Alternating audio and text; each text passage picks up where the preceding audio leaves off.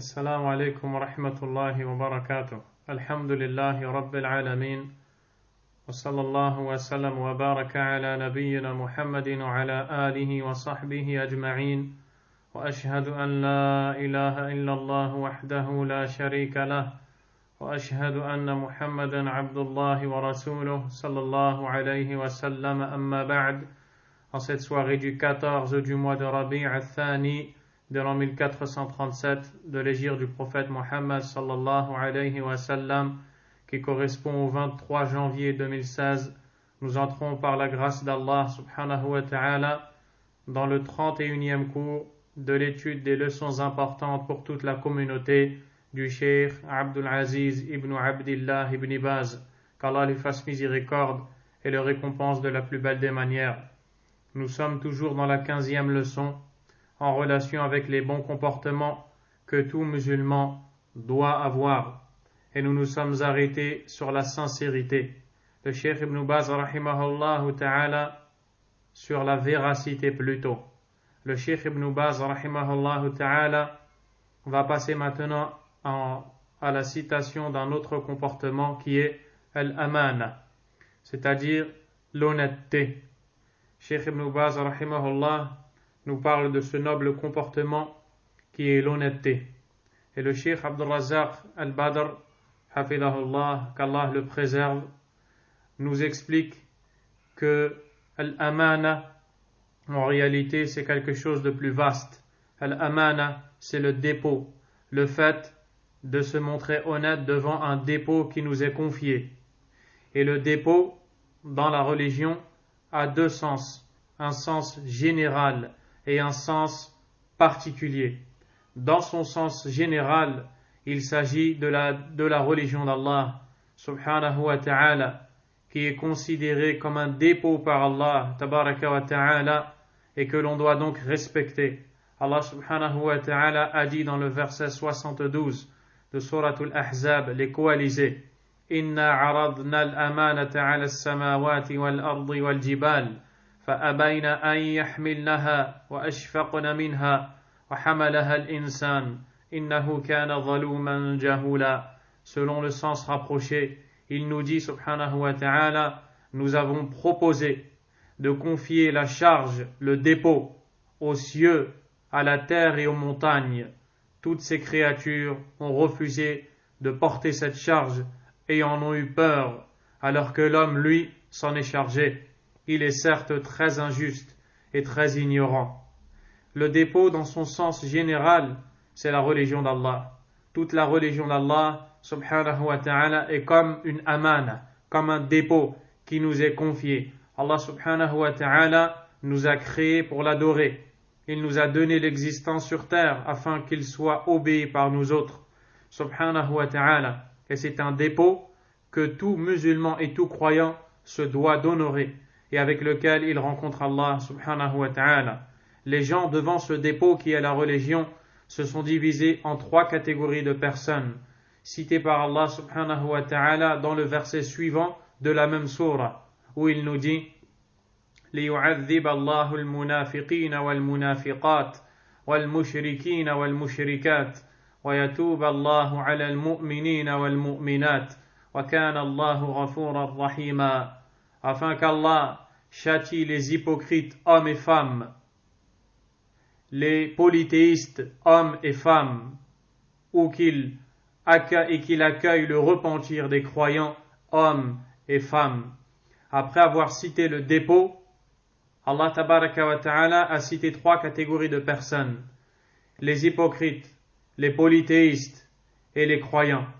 Quant aux hypocrites, ce sont ceux qui se sont montrés en apparence sous la forme de celui qui maintient, qui préserve ce dépôt, qui applique la religion, qui n'outrepasse pas les limites fixées par Allah.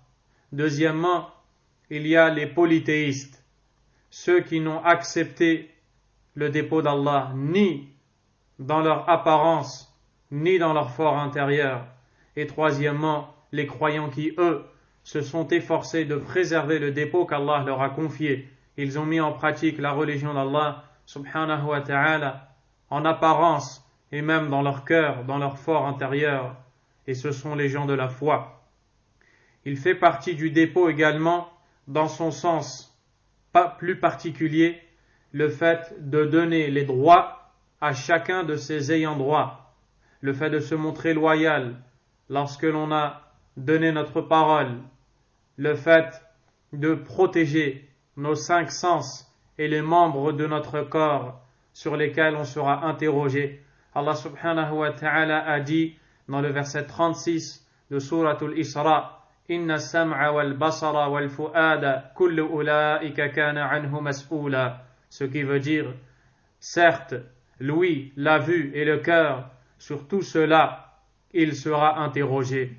Sur toutes ces choses-là et d'autres encore, l'homme sera interrogé, car Allah tabaraka wa ta'ala nous a confié ce dépôt qui est le corps. Il nous a confié les membres, il nous a confié les 5 sens, il nous interrogera. Comment a-t-on agi avec ce dépôt qu'il nous a confié? Est-ce dans le bien ou dans le mal? Parmi le dépôt également, il y a les biens que l'on possède, sur lesquels on sera interrogé. De même, nos enfants. Allah subhanahu wa ta'ala a dit dans Suratul Anfal, Surat le butin: Ya ayyuhalladhina amanu la takhunu Allah wa rasula wa takhunu amanatikum wa antum ta'lamun. Ô vous qui avez eu la foi, ne trahissez pas Allah et son messager, et ne trahissez pas les dépôts qui vous ont été confiés, alors que vous savez. Puis il dit: وَاعْلَمُوا أَنَّمَا أَمْوَالُكُمْ وَأَوْلَادُكُمْ فِتْنَةٌ وَأَنَّ اللَّهَ عِنْدَهُ أَجْرٌ عَظِيمٌ. Et sachez qu'en réalité vos biens et vos enfants ne sont qu'une tentation pour vous, et qu'auprès d'Allah il y a une énorme récompense. Les biens et les enfants sont un dépôt confié par Allah. Ils sont en même temps une source de trouble, une tentation, un test d'Allah, afin qu'il voie comment va-t-on se conduire avec les biens que l'on possède et les enfants qu'il nous a donnés, subhanahu wa ta'ala. Parmi les comportements islamiques, Al-Sheikh Ibn Baz rahimahullah cite la chasteté. La chasteté est le fait de se contenir, de se préserver de tout ce qui est interdit par Allah subhanahu wa ta'ala. Allah a dit dans Surat An-Nur, le verset 33: وَلْيَسْتَعْفِفِ الَّذِينَ لَا يَجِدُونَ نِكَاحًا حَتَّى يُغْنِيَهُمُ اللَّهُ مِنْ فَضْلِهِ. Et que ceux qui ne trouvent pas de quoi se marier préservent leur chasteté jusqu'à ce qu'Allah les enrichisse par sa grâce.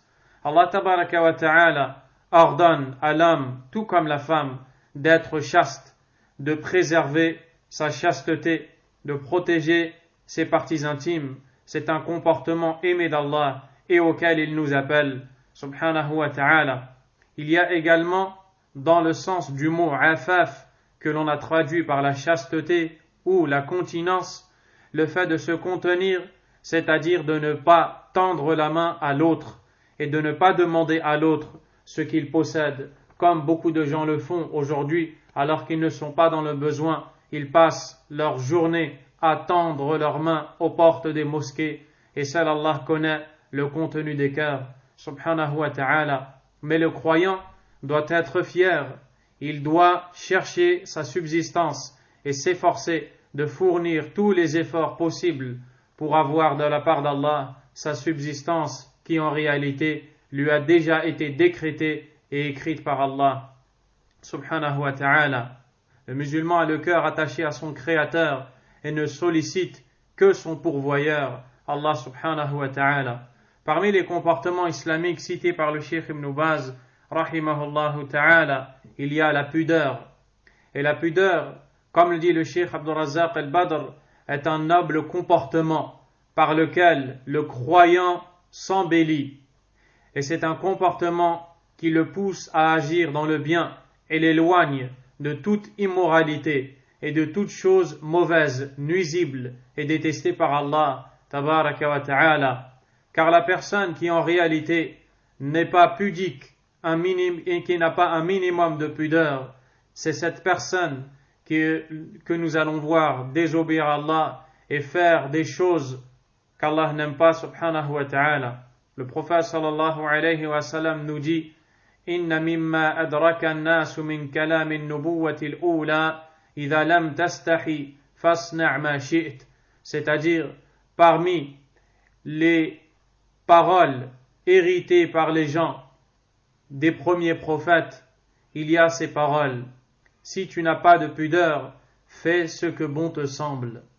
Les prophètes disaient à leur peuple: si tu n'es pas pudique, si tu n'as pas un minimum de pudeur, alors fais ce que bon te semble.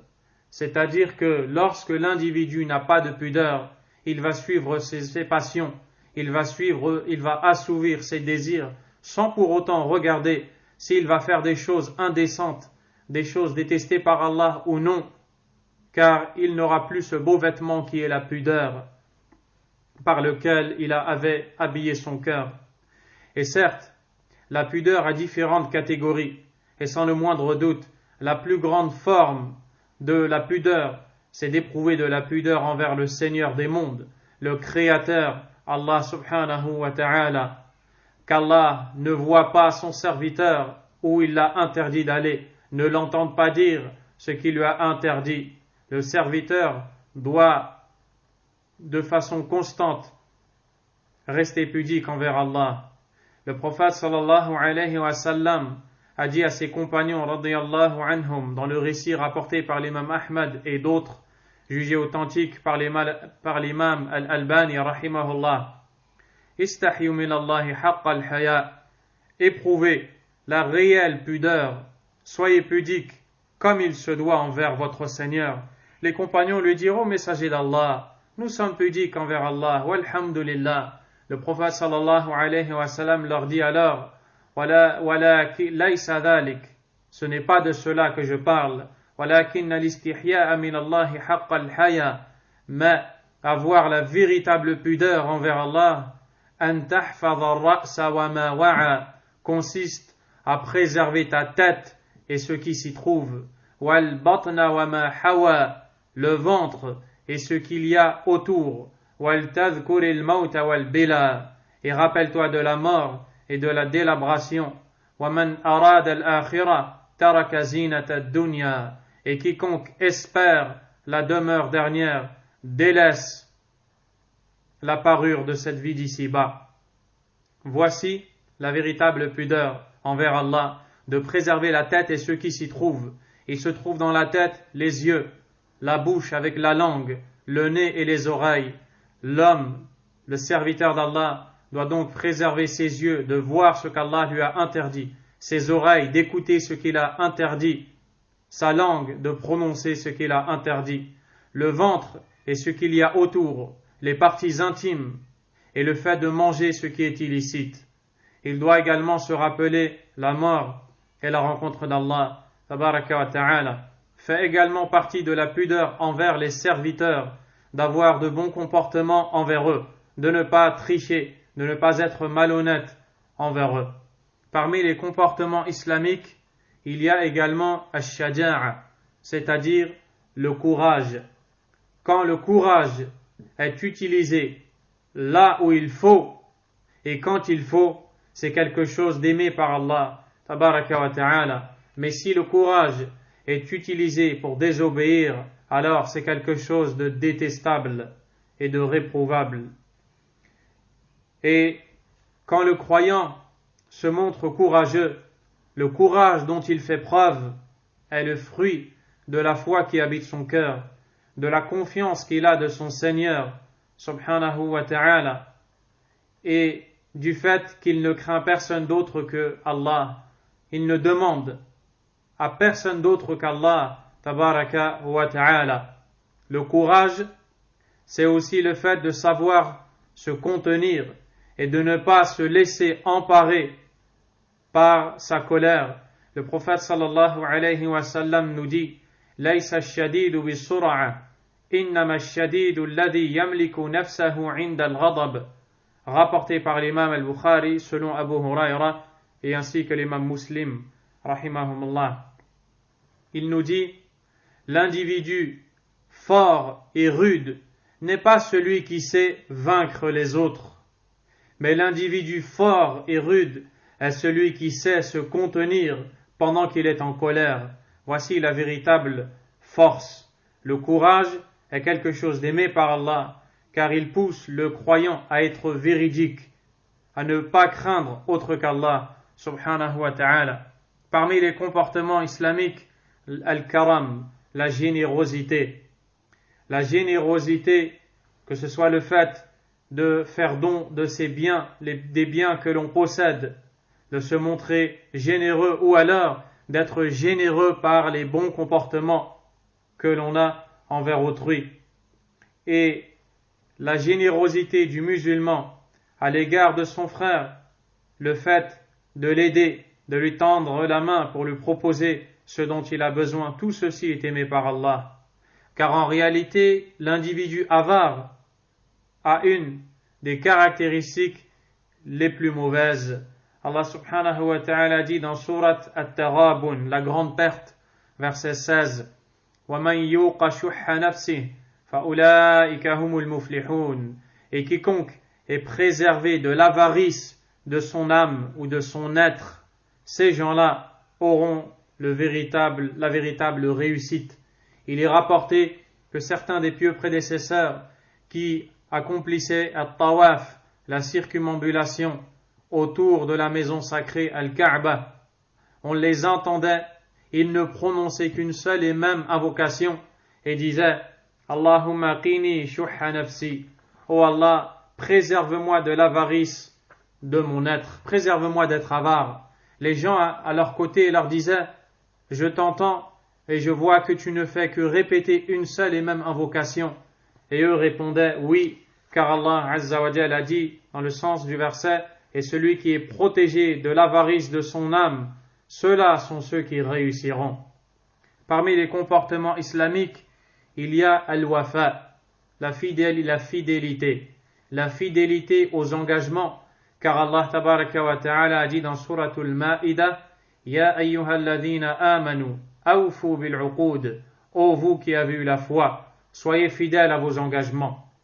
Ainsi, quand le musulman contracte ou fait un engagement, il doit le tenir et se montrer fidèle, que ce soit un contrat de mariage, un contrat de vente ou d'achat et toute autre forme de contrat qu'il se doit d'honorer et devant lequel il doit se montrer le plus fidèle, car c'est une des caractéristiques par lesquelles s'embellit et se pare le musulman. Walillahi alhamd. Le Cheikh Ibn Baz, rahimahullah ta'ala, nous dit وَالنَّزَاهَةُ عَنْ كُلِّ مَا حَرَّمَ اللَّهُ. L'éloignement de tout ce qu'Allah a interdit. Le musulman doit s'efforcer d'être le plus loin possible de ce qu'Allah a prohibé, par crainte d'Allah tabaraka wa ta'ala, par crainte de son châtiment. Le musulman doit être pur et s'éloigner des choses mauvaises, de toutes les formes d'immoralité. Al-Sheikh Ibn Baz nous dit wa husnul jiwar, le bon voisinage.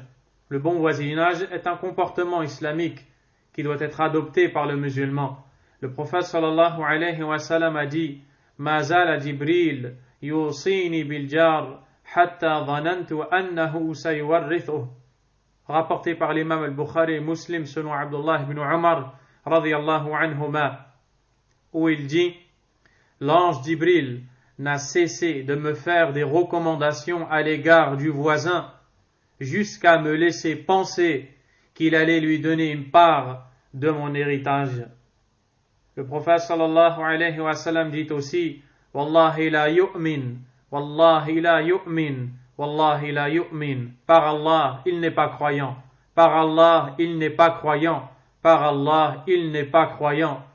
Qila wa man ya Rasulallah. Les compagnons dirent mais qui, ô messager d'Allah? Mais qui donc, ô messager d'Allah? Et lui de répondre sallallahu alayhi wa sallam alladhi la ya'manu jaruhu bawa'iqah, celui dont les voisins ne sont pas à l'abri de ses nuisances. Fait partie du bon comportement envers le voisin de le protéger de ses nuisances, que ce soit des nuisances physiques ou verbales. Protéger les droits du voisin en obéissance à Allah, se montrer bienfaisant envers ce dernier. Le Cheikh Ibn Baz rahimahullah continue وَمُسَاعَدَةُ ذَوِ الْحَاجَةِ حَسْبَ الطَّاقَةِ, c'est-à-dire l'aide à ceux qui sont dans le besoin selon la capacité. Car le prophète sallallahu alayhi wa sallam a dit Wallahu fi auni al-abdi ma kana al-abdu fi auni akhi. Allah ne cesse d'aider son serviteur tant que ce dernier aide son frère. Il dit aussi sallallahu alayhi wa sallam وَمَنْ نَفَّسَ عَنْ مُؤْمِنٍ كُرْبَةً مِنْ كُرَبِ الدُّنْيَا نَفَّسَ اللَّهُ عَنْهُ كُرْبَةً مِنْ كُرَبِ يَوْمِ الْقِيَامَةِ. Et quiconque dissipe une calamité ayant atteint un croyant dans ce bas monde, Allah lui dissipera une calamité parmi celles du jour de la résurrection. Et certes, les savants disent Innal jaza'a min jinsil amal. La rétribution qu'Allah te donnera sera proportionnelle à tes actes que tu avais accomplis. Ainsi, si tu dissipes une calamité, si tu es la cause par laquelle Allah a enlevé une souffrance qui avait touché un de tes frères, Allah t'enlèvera une souffrance qui sera susceptible de te toucher le jour dernier. Cheikh Ibn Baz rahimahullah nous explique qu'il y a beaucoup d'autres comportements. Il nous dit ainsi que d'autres comportements indiqués par le Coran et la Sunna. Ils sont très nombreux et ce n'est qu'à titre d'exemple que le Cheikh ici en a cité quelques-uns. Il y a beaucoup de livres qui ont été écrits par les savants de l'islam traitant du comportement. Et un des meilleurs, comme l'a dit le Cheikh Abdul Razzaq al-Badr, est celui de l'imam al-Bukhari, intitulé Al-Adab al-Mufrad.